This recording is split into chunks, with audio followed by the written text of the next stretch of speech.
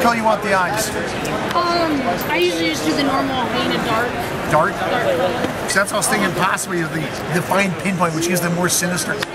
Yeah, you can leave it like that too. I like it, like okay. The dark. Because it gives them more sinister, you know. Very crazy. Crazy. Welcome to the silly land. We're going to meet you now. You look dead. Are you bluish? You don't look bluish. Saw the fan of it. I saw it. I knew exactly what it was. And you tried to teach me to draw. I occasionally, very rarely, help with ideas, or they send me to animatics and ask if I'm there. Because this works, it looks so slick. It looks so... It's that weird, essentially, becoming a studio. I'm going to be filing paperwork for... Yeah, you're like Mondo Media. No, I mean, like, look at the crisp animations going on here. There's some of the other Mondo Media.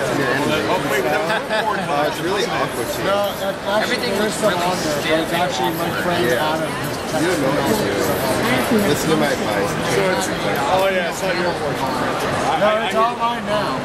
I had the character. He's almost done. She was actually Arab. She was actually Saudi.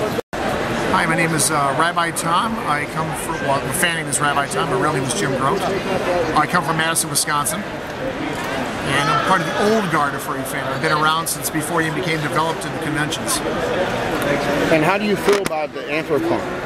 I've been at the very first one, since the very first one. I got invited coming up when I was at a convention called Dragon Con in Atlanta, and I had a very particularly bad Dragon Con, and Albany Anthrocon was the week following, and I had a friend who was part of the staff said, come on up to the con. I go, well, I don't know. And they said, we'll give you a table if you show up, because they had a couple of tables. I said, all right, I'll give it a try. And at that convention, it was about 210 people, and I made more money at that 210 person con than I did at Dragon Con with 35,000 people. And it was a lot more fun. And I've been at it ever since. I have not stopped. So how long have you been an artist? I've been an artist all my life. I'm self-taught. And never had any professional training or anything like that. It's all self-taught. And I've been doing this since I was a kid. So if there is anything that you would say to upcoming artists to keep them motivated in their type of art, what would it be? Practice, practice, practice. Stay motivated. Use your characters. Develop your characters. Work on your style. Create your own style. Don't copy somebody else's style. I mean, if you have to use somebody's style, see how did they handle it? How do they handle this particular pose, or how do they handle this particular scene or action, and work off that and try to incorporate how do they handle a certain problem and do it themselves, and accomplish it themselves. And what is your most famous character? My most famous character is Red Shetland, basically a parody of Red Sonja. We got her. Yeah, right there. She came out as a parody of Red Sonja in 1985 and sold real well. I'm gonna steal this real quick. Come here. And that's probably my best known for that. Plus, I've been doing an online comic strip for 16 years called West Corner of the Park. And where can we find that at? At www.graphxpress.com, GRAPHXRESS.com. And it's an online comic strip that's based on the largest chat room in the world. Cool. I've been doing that for 16 years now. And what would you say to other people who are interested in anthropomorphics and the anthrocon to help them get involved? Well, start trying to go online, try to find where there's groups in the town or city if you're in, or the colleges you're in, and start, hey, let's go check things out. And start talking to people. Attend a few cons. Anthrocon is huge. It's about 4,500 to 5,000 people. And back in the days when we had more sci-fi conventions, we would call this a big regional or a world con.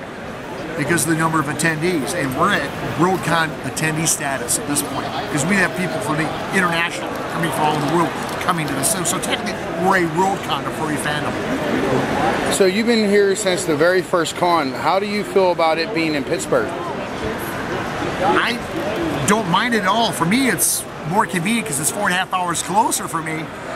I miss Philadelphia for Morimoto's restaurant, the Adams Mark Hotel, but I like this place too because the fact is we have room to expand, we have room to grow, and we're not rubbing elbows with anybody. And plus, all the local businesses in this area have accepted us because the fact is they go, hey, these guys aren't the freaks that everybody painted them out to be, and they spend money.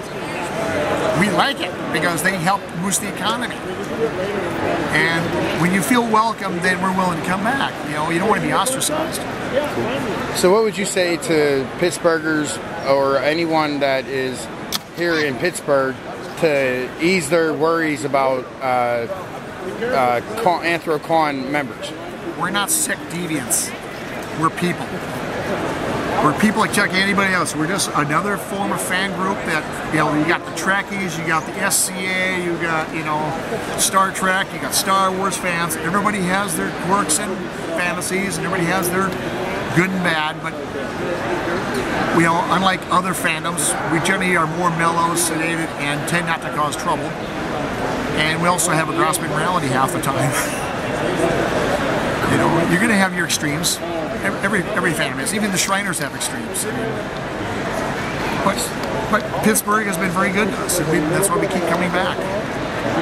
So where can we find the majority of your work? Is it online? Or? It's online. I've got an account on Fur Affinity, which is furaffinity.net, under the name Rabbi Tom. I'm on DeviantArt under the same name. And of course my website, www.graphexpress.com.